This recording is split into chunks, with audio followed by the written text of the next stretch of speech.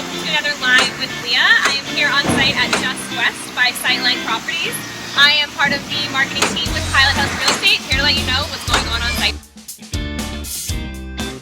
As you can see behind me, buildings 1 and buildings 3 are completely framed in.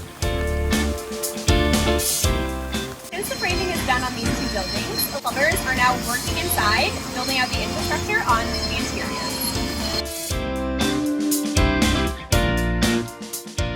So building 6 behind me has just begun framing, and building 5 is also in its framing stage, just a little bit farther along. Also really exciting this week, windows are being installed on Friday.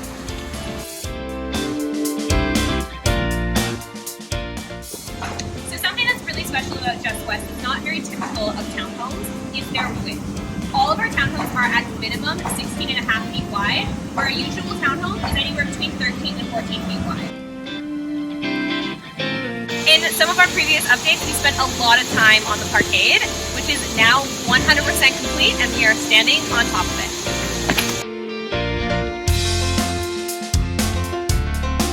Thank you so much for joining me on another Live with Leah. I'm so excited to keep you updated on our construction status in the coming weeks here at Just West.